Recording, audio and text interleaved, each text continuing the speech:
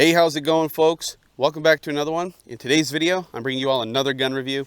Today's gun review is going to be on the Savage Model 64F semi-auto 22 LR rifle. And remember, folks, if you find any of the information in this video helpful, please consider hitting that subscribe button down below. It would really support my channel, and it would keep you all up to date with my future gun reviews. The Savage Model 64F. I've recently purchased this firearm from a local business in my city, and after doing some basic testing with it, after shooting around 250 rounds through it, I figured I would bring you all a gun review to give my overall opinion on the firearm and to see if the gun is really as cheap as the price. The Savage Model 64F retails at $159 US MSRP value, which is really cheap for any 22, let alone a semi-auto. Like I previously stated, the action on the Model 64F is semi-auto, which allows for great fun shooting, lots of rounds to go through this gun very easily. The caliber of the Model 64F is 22 LR, which, as many of you know, is very fun shooting.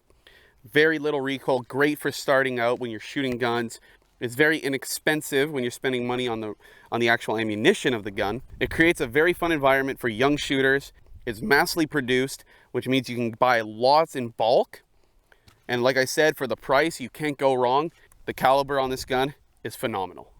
The 64F has a detachable box magazine with a capacity of 10. The gun does come with one magazine, and you can also buy these magazines sold separately for around 35 Canadian, which I would assume is around 25, if not a little bit more American. The 64S has a 21-inch barrel that is made of carbon steel with a blued color to it and a matte finish for a very nice look, while it's also extremely durable. The gun has a grooved receiver that is also made up of carbon steel with a black color and a matte finish to go along with the barrel of the gun. The 64F has a synthetic sporter stock that is black with a matte finish, again, to go with the rest of the gun. If you're interested in a more tactical look for the Savage 64F, you can go to the ProMag website and purchase a Savage 64 tactical folding stock. It'll come with Picatinny rails that you can attach stuff to, and it's got that nice folding stock if you're just using it for some more tactical looking shooting. Otherwise, this is the default gun, excluding the scope and the bipod, which I have mounted myself. The Savage 64F comes default with these amazing iron sights with a solid front bead and an adjustable rear sight. The gun has a very simple pivot safety on the side of the gun, which is super accessible when you're shooting your gun. It's very easy to switch on and off. The overall length of the 64F is 50.5 inches long, with the gun's length of pull being 13.5 inches and the overall weight being 5 pounds on the dot.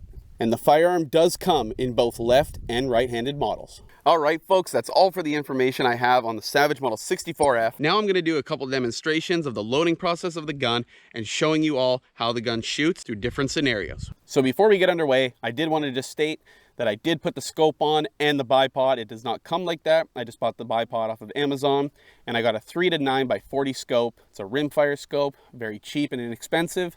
If you want, you can dump a lot more money into a better scope, but I didn't really feel the need to do it, especially since the gun is so cheap. So now let's get straight into the shooting. So now real quick, I'm just going to demonstrate the loading process of the magazine that comes with the 64F. I'm shooting some CCI cleans today. It's a good bulk ammo that you can buy. It has these polymer tips.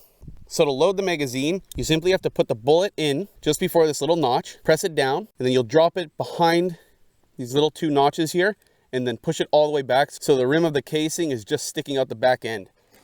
This allows for proper operation of the firearm. And lastly, 10. So like I stated before in the video, the magazine capacity for the 64F is 10. All right, folks, we're just going to do some basic shooting now with the 64F. Just pop that mag in. You're going to have to pop the mag release out a little bit for it to actually slide in properly. Pull back the charging handle. Let's shoot this gun.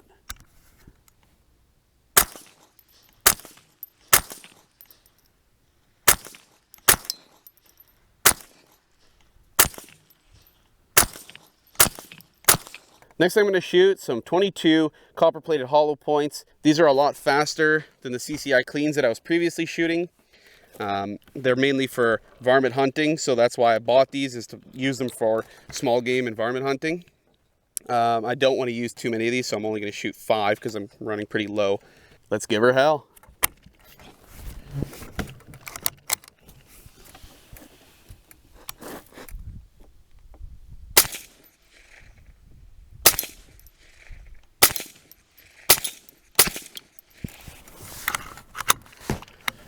She's all clear. So as you can see, this gun has no trouble cycling bullets. When you first buy it, I would highly advise that you clean it properly. Make sure it's good to go, because I didn't clean it properly the very first time I actually took it out. And I did have a couple jams, primarily the second shot after chambering the first round, which was expected, especially since there was so much packing oil still in the gun. But as you can see, it's very accurate, and it's very, very fun to shoot. And now I'm going to show you all how fast this gun can actually shoot. A lot of people would, assume because it's a cheaper gun that it wouldn't cycle well, it wouldn't shoot well, especially when you're shooting it fast. Believe me, this gun shoots super, super fast. As soon as you pull the trigger, she's shooting. Let's shoot her.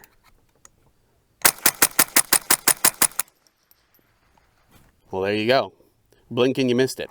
She shoots amazing. There we go, folks. So that's all for the shooting demonstration on the 64F. As you can see, the gun shoots great. Just before the video is over, I would like to give you all my pros and cons on the gun. Starting with the con, I would say that I did have those 2 jams, so I guess that can contribute as a con. Personally, I think it was just because I didn't clean the gun, or it could have just been the ammunition kind of sticking at the start. But now that I've shot this gun, well over 200 times, I only had like 2 jams. It was definitely just because I needed to burn out that oil. But she shoots great, and I'm very, very pleased with her. So now for the pros, I can't get enough of shooting this gun. It's so nice. Cheap ammunition, 22 LR, always a plus. It's very accurate. The iron sights are always sighted up perfectly for you, so you don't need a scope. I just wanted to get a scope to shoot it even further, and I got the bipod to do that as well, to get a nice steady hold. Action's great. The feel of it is great. The stock is awesome. It's very durable. Strong metal components on the gun.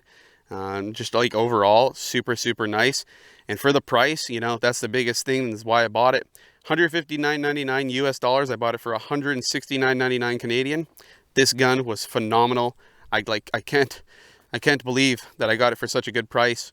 It was theoretically equal to the price of American, which, $159.99 American is probably closer to $200 Canadian. So I got it for a really good price, and I'm very, very pleased with this gun.